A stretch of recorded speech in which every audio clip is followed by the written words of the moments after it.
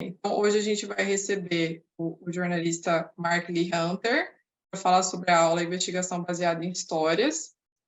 E, Mark, antes de a gente abrir para perguntas, eu queria pedir para você nos contar um pouco como e por que você escolheu essa profissão e qual foi a sua trajetória até aqui. Bem, eu escolhi a profissão porque o Watergate aconteceu enquanto eu estava na universidade, e foi a coisa mais fantástica que eu tinha visto. Eu quis trabalhar como escritor, era o que eu queria, e os círculos da ficção não eram aqueles para os quais eu tinha naturalidade. Eu gostava mais da realidade, não tanto ficção. Aí acabei tendo o meu primeiro emprego como jornalista, vendendo anúncios para revistas. Eu era um vendedor. Depois dei um salto para o mundo editorial. Trabalhava para uma publicação com oportunidades nas quais trabalho investigativo eram limitadas. Depois de um ano e meio trabalhando lá, eu pensei, bom, se eu for trabalhar tanto assim, eu prefiro trabalhar de forma autônoma. E aí me tornei um freelancer logo depois e trabalhei dessa forma por alguns anos antes de me mudar para a França. Na França, muita sorte. Hã, Ocorreu que um movimento investigativo estava tendo início na França e eu me tornei um amigo americano deles, e depois um colega americano deles, desse movimento. E isso foi lá mais ou menos em 2001, quando eu finalmente decidi que seria uma boa ideia ter um salário, não é, por algum tempo. Eu de Nesse momento eu estava tendo um ano sabático e trabalhei também como escritor investigativo, fiz algumas histórias investigativas para eles, e aí eles decidiram financiar a minha agenda investigativa.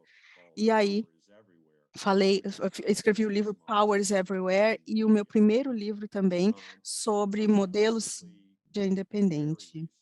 Mais recentemente, muito recentemente, voltei a investigar, principalmente durante grande parte do meu tempo, trabalho com repórteres de jornalismo investigativo, e estamos trabalhando com uma equipe que eu reuni para tentar e dar suporte a uma reforma para a questão do direito a morrer, direito à eutanásia na França. A minha esposa precisou ter esse direito e ela não teve esse direito. Portanto, estou empregando as minhas habilidades para fazer essa campanha e reformar esse tipo de lei, esse arcabouço, legal que deve ser feito aqui na França, já passou da hora. Eu acho que agora a gente podia passar para as perguntas. Eu sou a Marta, né, eu sou doutoranda em comunicação, também sou jornalista e sou do Piauí, né, aqui no Nordeste, e tenho um projeto de fact-checking no Piauí, né. E achei muito interessante a abordagem e a didática, porque como eu também sou pesquisadora, então achei, fundamental, assim, essas diretrizes em relação às hipóteses para a construção da minha tese, então obrigada também.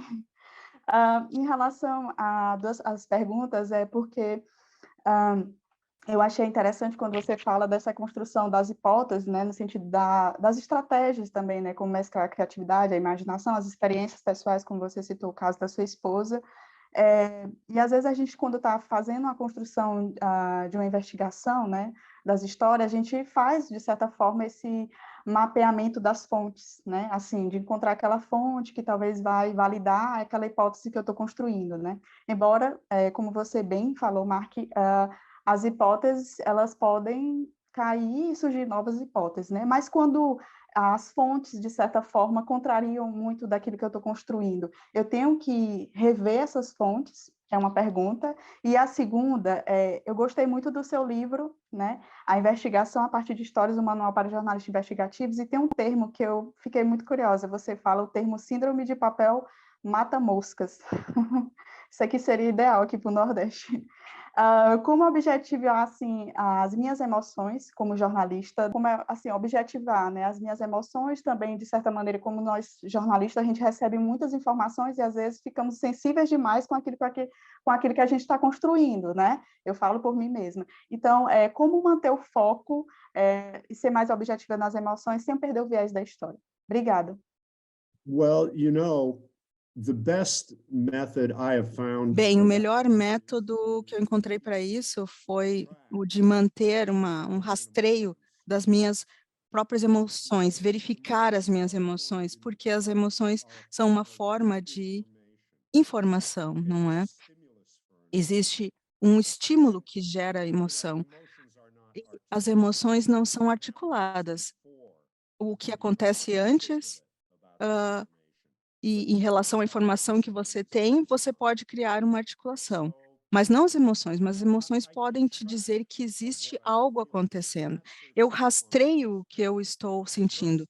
E isso tem duas funções. Em primeiro lugar, eu mantenho essa emoção longe de mim, fora de mim, coloco num pedaço de papel ou num arquivo, eu posso utilizá-la, examiná-la, posso ser crítico em relação a essa emoção e usá-la como outra ferramenta. E a segunda função é que vocês podem verificar o estímulo.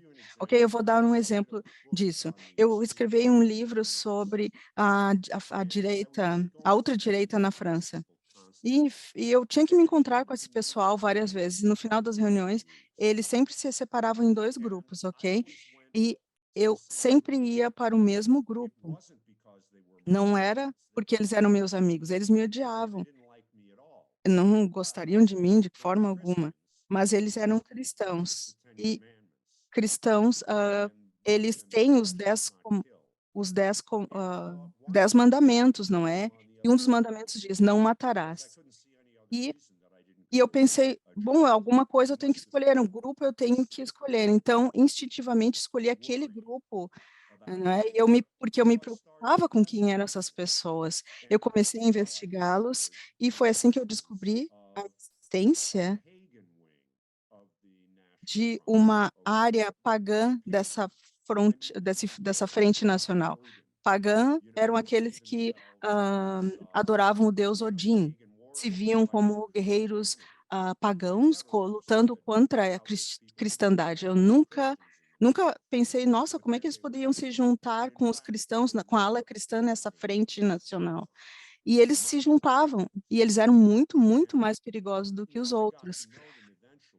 Eu acabei conhecendo esse pessoal, esse grupo, mas se eu não tivesse prestando atenção em relação à forma como eu estava reagindo a eles, eu nunca teria começado a investigar essa, essa pista.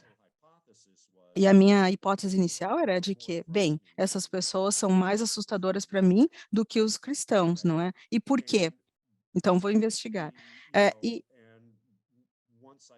E depois que eu comecei a saber um pouco mais sobre esse grupo, a minha hipótese foi a de que eu estava me preocupando com eles porque eles eram objetivamente mais perigosos do que os outros.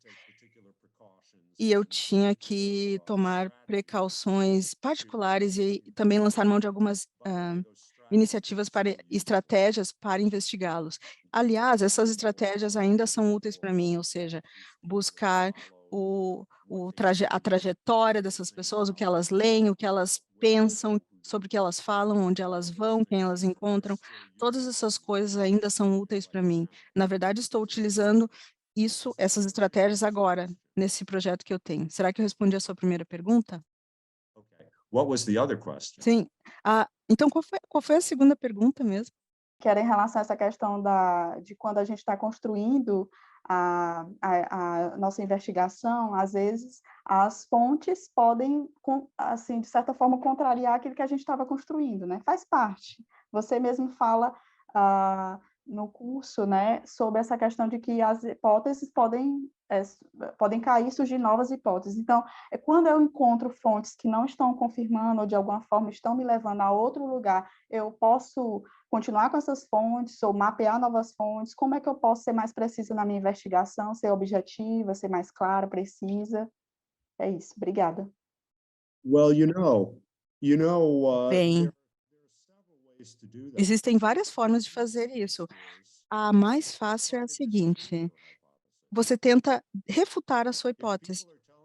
Se as pessoas estão dizendo para você, não foi isso que aconteceu, leve isso que elas estão dizendo a sério e diga para si próprio, será que eu consigo refutar a minha hipótese? Se você refutar essa hipótese, significa que outra hipótese deve ser a verdade, não é? Deve ser a verdadeira. Então, se você muda a hipótese, primeiramente, tornando essa hipótese mais precisa, será que você pode fazer isso?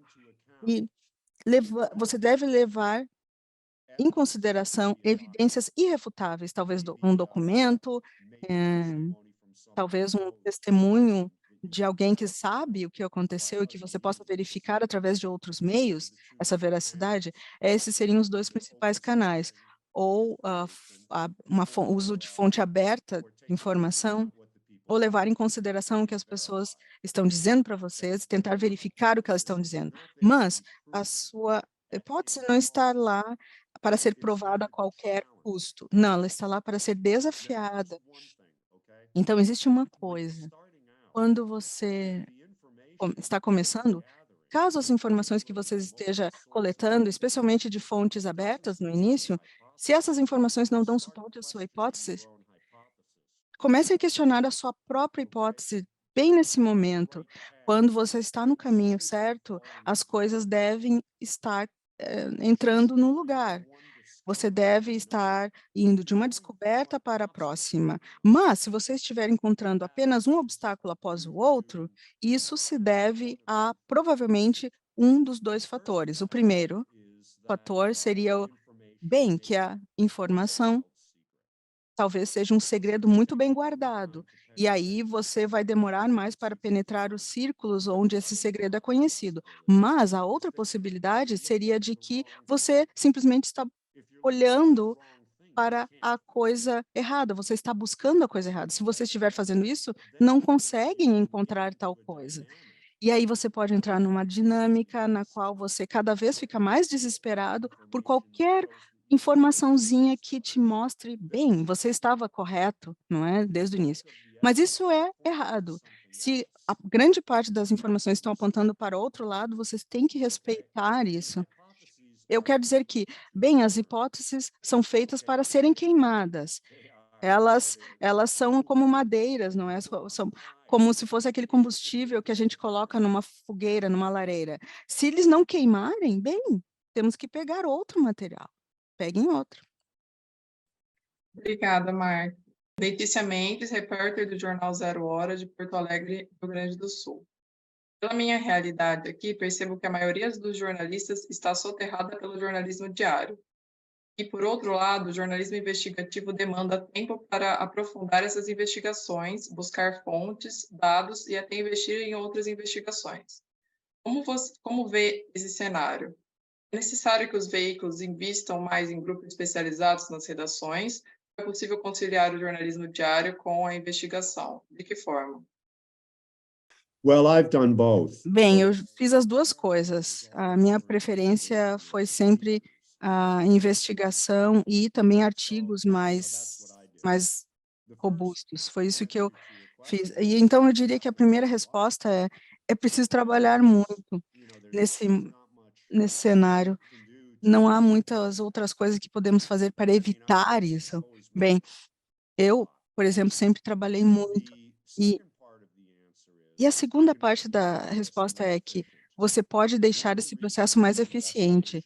Um dos motivos que explica por que o jornalismo investigativo demora tanto é que as pessoas se deve ao fato de que as pessoas perdem tempo buscando coisas das quais elas não precisam e perdem tempo também por buscar pistas erradas, entrar em becos sem saída, e também por se esquecerem de onde elas colocam as coisas. Uma das coisas que retarda o trabalho das pessoas é que elas não sabem o que elas têm, elas não mantêm um rastreio bom, um bom rastreamento das informações que elas já têm. Portanto, se você tem pouco tempo, nesse caso, o que você tem que fazer é escolher uma história para investigar na qual você não pode, talvez não vá ver tanta concorrência, algo para o que as pessoas não estão prestando tanta atenção. Ou seja, aí você vai ter material, você vai conseguir pegar o material antes de que seus concorrentes peguem esse material. Uma outra coisa que é extremamente importante é que você tem que manter um bom registro das informações, rastrear as informações. E eu gosto muito de utilizar uma linha do tempo, uma cronologia para fazer isso. E nessa cronologia, nessa linha do tempo, eu tenho cada evento que eu descobri, quem estava lá, o que eles fizeram, o que eles disseram e como eu fiquei sabendo disso. Será que eu obtive essas informações de uma entrevista ou de a matéria de jornal ou de um documento oficial? Não importa de onde eu tirei essa informação. O que é importante é que eu saiba de onde ela veio, onde eu a obtive. E eu trabalho cerca de 15, 20 minutos todo dia somente para ter esse rastreamento do que eu já descobri e organizar isso. E se colocarmos esses eventos numa ordem cronológica, fica muito mais fácil construir uma narrativa, porque você já tem tudo organizado, e aí você pode brincar um pouco com essa ordem, movimentá-la um pouco, trocar algumas coisas, mas, no mínimo, você tem um registro de causa e efeito. Você vê que algo aconteceu há 2 anos, pode estar afetando o que está acontecendo hoje, por exemplo. Bem, uma outra forma de fazer isso é desenhar um mapa das pessoas que estão envolvidas nessa história, nessa reportagem. E aí, no seu computador, você pode abrir diferentes arquivos. E em francês, nós chamamos isso de dossiê, um arquivo com muitas páginas. Mas reunimos essas informações sobre essas pessoas ou sobre essas instituições em cada um desses arquivos. E aí, ao coletar essas informações, organize isso. Não é assim algo que você vai jogando só o que não presta, como se fosse uma lixeira. Não, isso seria um arquivo mestre, não é como nós chamamos. Esse arquivo mestre permite que você não apenas rastreie o que você já descobriu, mas também possa continuamente organizar isso na ordem que você vai utilizar essas informações na sua reportagem. Esse é um trabalho realmente muito importante. Não devemos apenas passar e recolher as coisas, ir coletando mais coisa e mais coisa.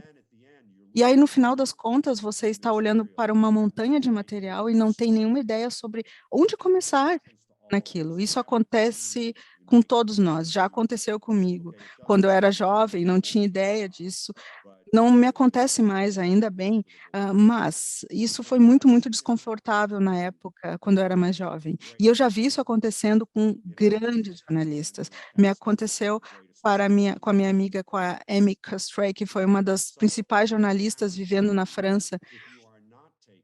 Então, isso pode acontecer isso com vocês também, se vocês não devotarem esses 20 minutos, esses 15 minutos para organizarem seu material, ou numa ordem cronológica, ou de forma mapeada, num mapa onde você possa verificar as relações entre as pessoas, o que está acontecendo neste canto, e o que está acontecendo neste outro lado, neste outro canto.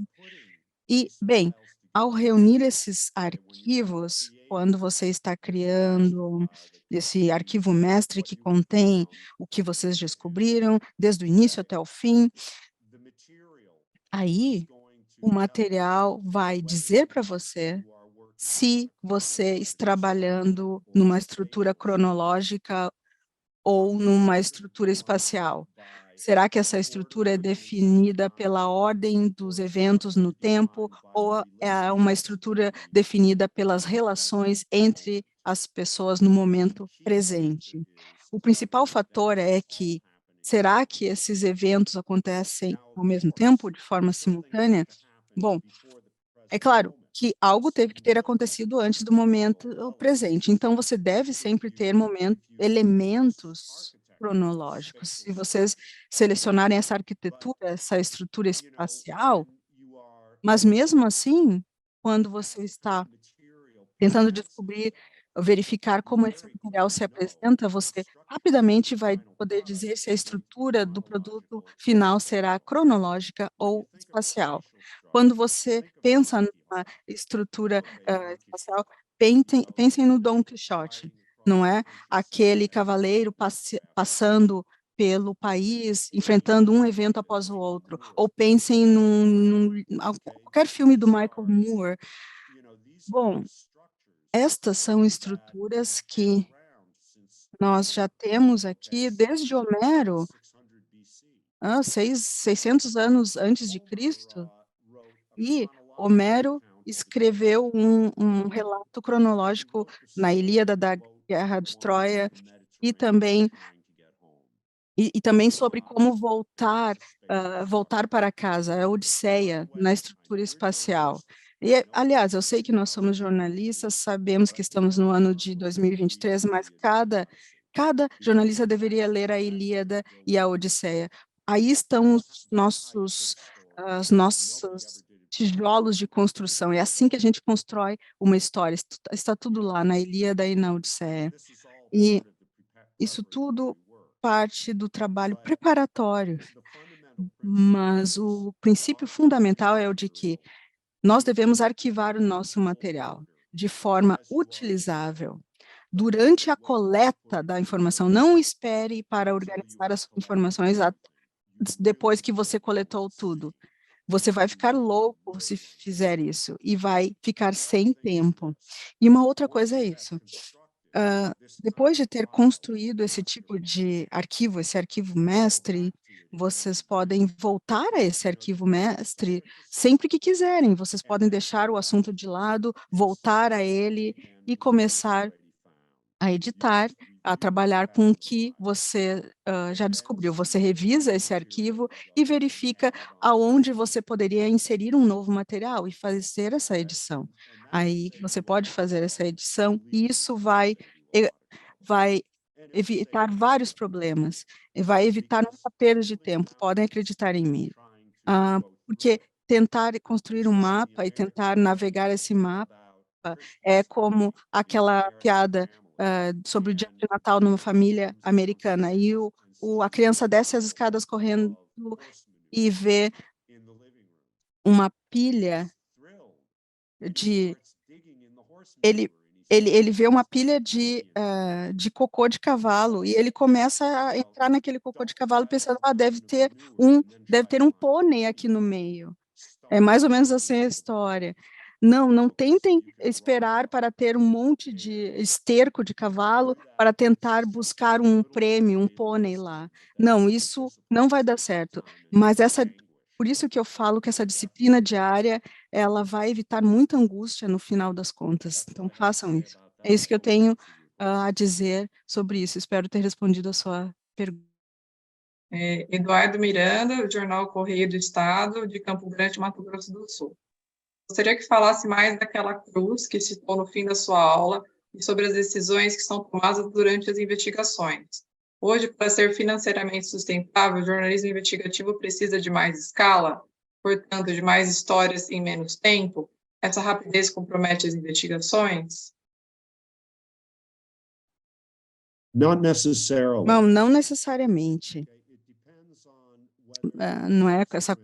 Depende se as histórias subsequentes sobre as quais você vai escrever, elas vão se conectar, se construir a partir da primeira. Quando você publica uma história, o que acontece é que as pessoas começam a chegar para você e dizer, tem mais alguma coisa que você precisa saber sobre isso.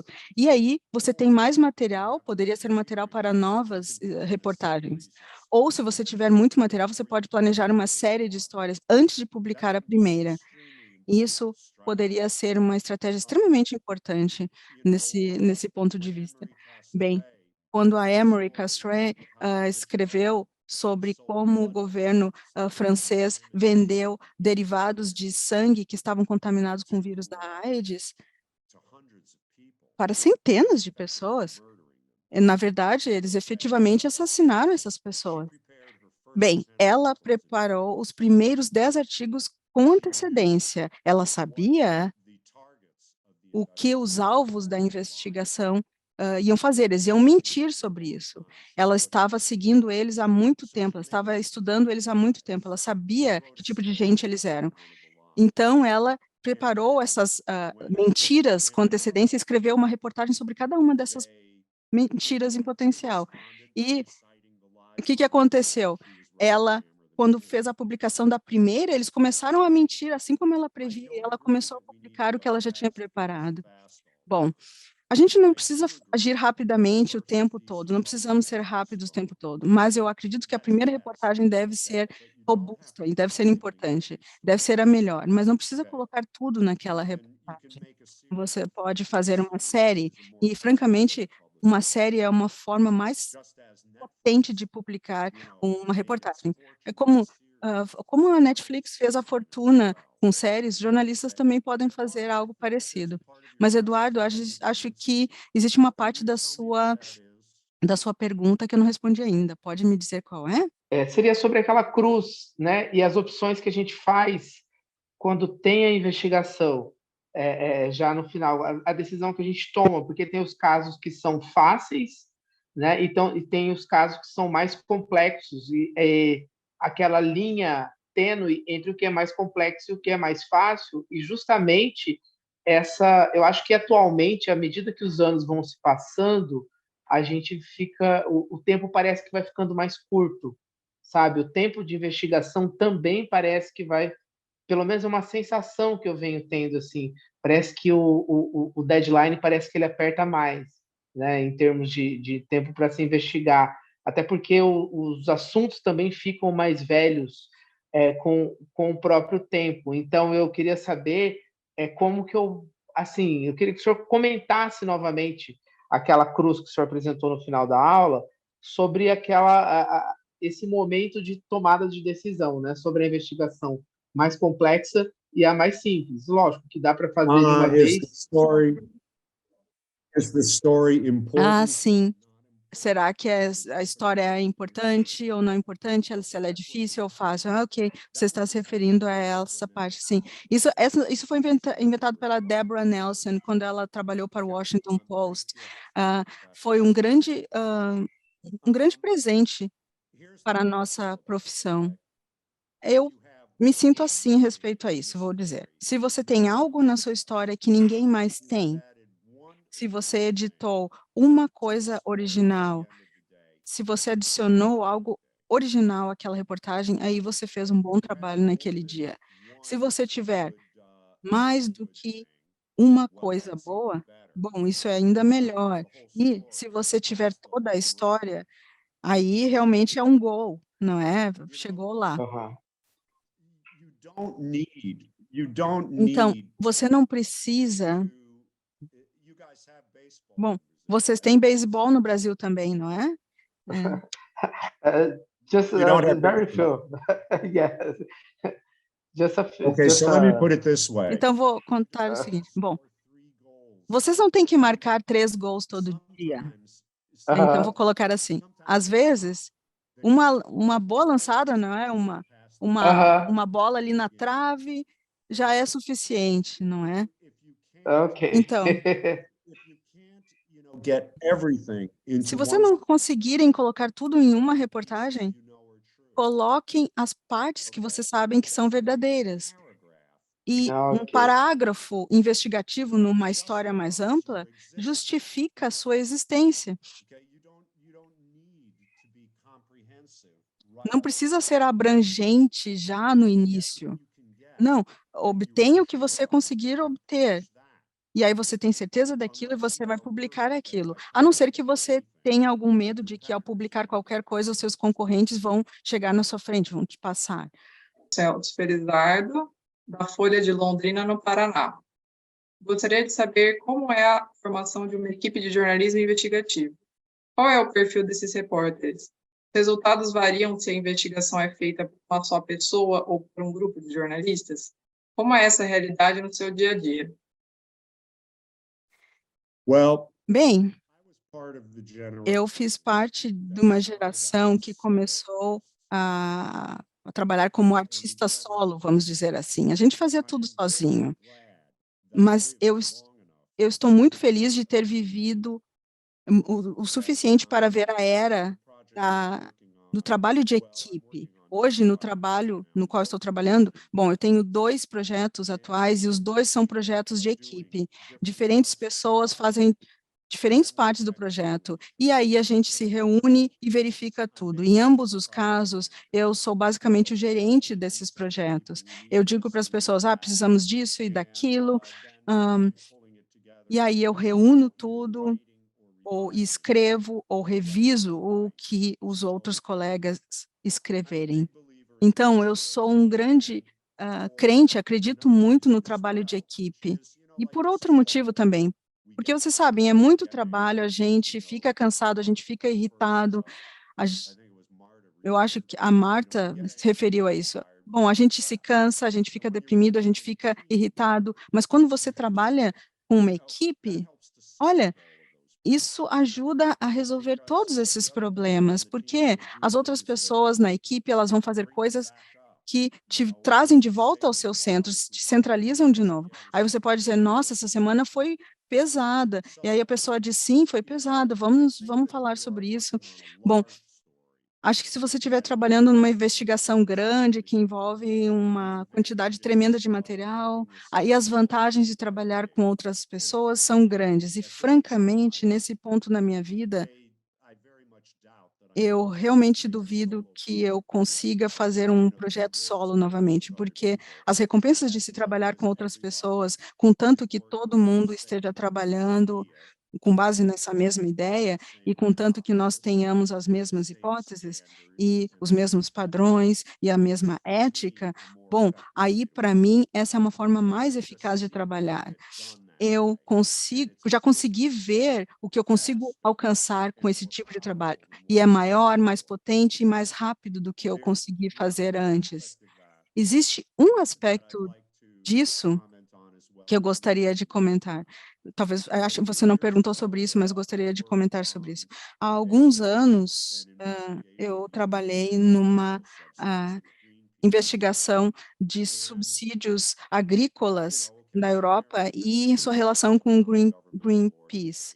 Bom, Greenpeace é uma ONG não governamental e eles são objetivos em relação aos fatos, mas eles querem reformas, eles são muito claros a respeito disso, eles dizem que tipo de reforma eles querem claramente, e eu concordo com as reformas que eles reivindicam, e eu gosto do fato de que, se eu disser para eles, nós não podemos provar isso, eles não vão perguntar novamente.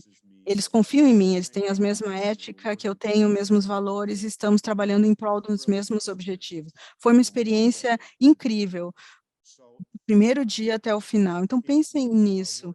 Se estiverem trabalhando numa reportagem na qual uma ONG esteja envolvida, e se elas têm recursos, por exemplo, ou seja, pessoas que sabem como fazer o trabalho e que sabem fazer outros tipos de trabalho, aí você não vai... Porque, por exemplo, aconselhamento jurídico é mais difícil, não é? Para blindar a investigação ou trabalhar com lobby. Bom, se você não conseguir cuidar de tudo isso, você pode considerar fazer uma parceria com esse tipo de organização, outra empresa de comunicação. Nós não queremos entender o mundo, nós queremos mudar o mundo. Eu acho que essa é uma citação do Karl Marx. Eu não sou marxista, mas acho que o Karl Marx acertou quando disse isso. Não queremos só descrever o mundo, queremos mudar algo. Essa é a questão. E se conseguirem fazer isso ao colaborarem com outras pessoas, por que não fazer? Seja um outro repórter que esteja aberto à discussão, que saiba o que está fazendo, e também que sigam os mesmos métodos que vocês seguem.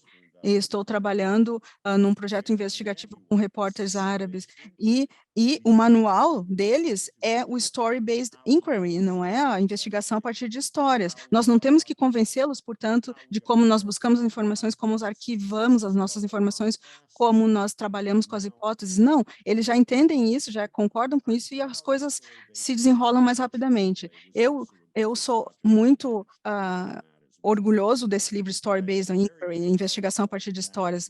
E aliás, foi um projeto em parceria com uma equipe, mas ele é apenas um método, apesar de eu ter muito orgulho dele.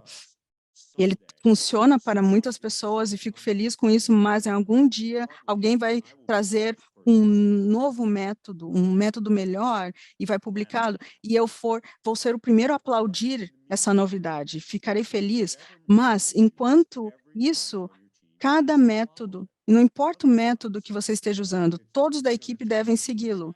Senão, você vai acabar como se estivesse no engarrafamento, e vai enlouquecer todo mundo, vocês vão enlouquecer. Então, por favor, evitem esse destino terrível E busquem trabalhar com pessoas que vocês respeitam, que seguem a mesma ética de trabalho. Pode ser uma ONG, pode ser um outro jornalista, pode ser um acadêmico. Eu tenho experiência, já tive experiências maravilhosas ao investigar tópicos e assuntos com acadêmicos, porque acadêmicos passam a vida inteira fazendo pesquisa. Eles sabem algo sobre aquele assunto, e você pode se divertir muito, ganhar muito, se você tiver a mente aberta. E porque eles vão apreciar o que vocês fazem e vocês vão apreciar o que eles fazem. Eu ultrapassei a resposta da sua pergunta, mas acho que faz sentido. Obrigada, Mark. Eu vou aproveitar que você falou do seu livro, para fazer um gancho aqui com uma pergunta que eu acho que é muito válida, e aí eu vou encerrar. Seu livro ele é de 2009, quando a gente ainda não vivia as redes sociais com tanta intensidade. Hoje, as fontes falam diretamente com suas audiências nesses espaços. Muitos jornalistas se veem obrigados a monitorar as redes sociais atrás das histórias que já estão, em parte, contadas. O que isso muda na investigação jornalística? E você pensa em atualizar seu livro para incorporar temas relacionados às redes sociais? Bem, existem outras pessoas, outros colegas que estão fazendo esse trabalho de forma brilhante.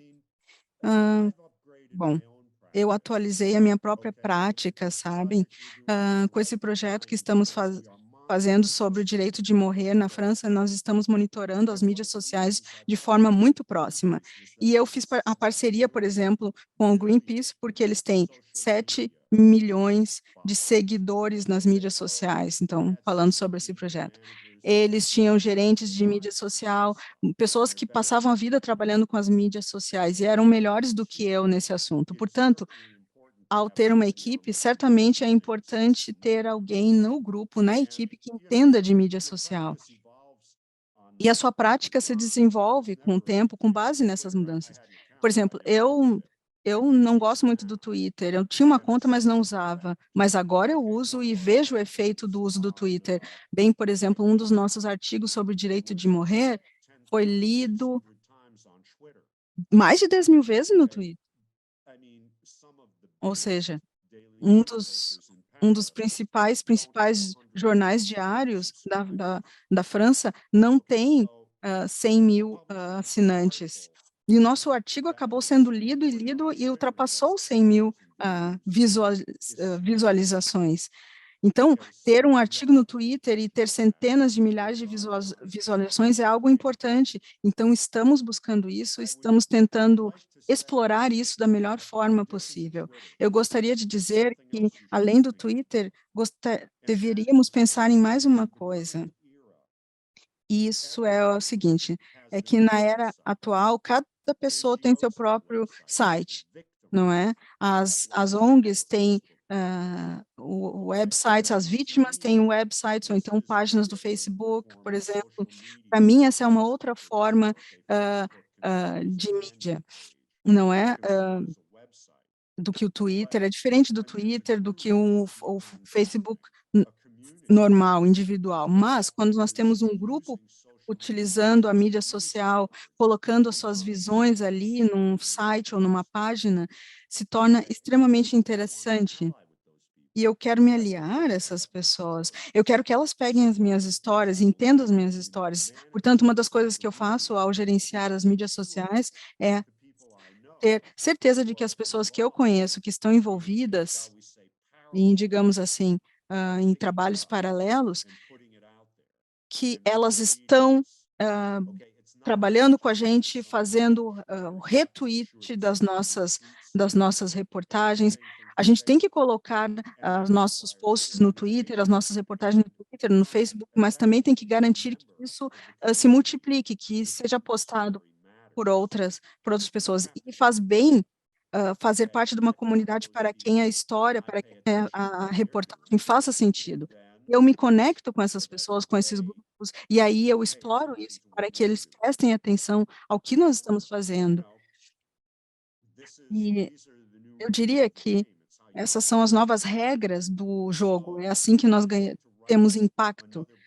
Será que eu vou escrever um outro livro a respeito disso, ou atualização? Provavelmente não. Eu acho que outros grupos já estão fazendo isso e vão fazer isso. Já em termos de utilizar as mídias sociais como uma fonte, Bellingcat tem um website, esse grupo tem um website e eles publicam investigações completamente baseadas em fontes abertas, investigações baseadas em fontes abertas. E a fonte primordial deles é o Twitter. É impressionante o que eles conseguem descobrir a partir do uso das mídias sociais. Eu trabalhei com esse grupo, com Bellingcat, e eu posso dizer para vocês, eu ouvi falar deles lá em 2014, comecei a segui-los e fiquei realmente impressionado com o que eles conseguiam fazer com a investigação de fonte aberta baseada nas mídias sociais. O website é de fonte aberta e eles publicam muitos guias, muitos manuais sobre como fazer pesquisa em fonte aberta, particularmente no Twitter. Portanto, se vocês quiserem realmente aprender com os melhores, aí eu diria que eles são os melhores, neste momento são os melhores, e aliás, eles não publicam em português, mas eu praticamente consigo garantir que se vocês ligarem para eles e disserem queremos publicar isso, isso e aquilo em português, eles vão dizer, ótimo. E se precisar saber com quem precisam falar lá, entre eles, falem comigo, ok? Eu posso verificar isso. Obrigada, Mark. Eu vou encerrar agora, pessoal. Queria agradecer a presença de todo mundo. Queria agradecer muito a presença do Mark e a disponibilidade dele para poder vir aqui falar com a gente e tirar essas dúvidas. E nós nos vemos novamente na semana que vem. And thank you too. Muito obrigado, agradeço muito. Au revoir, como nós dizemos aqui na França.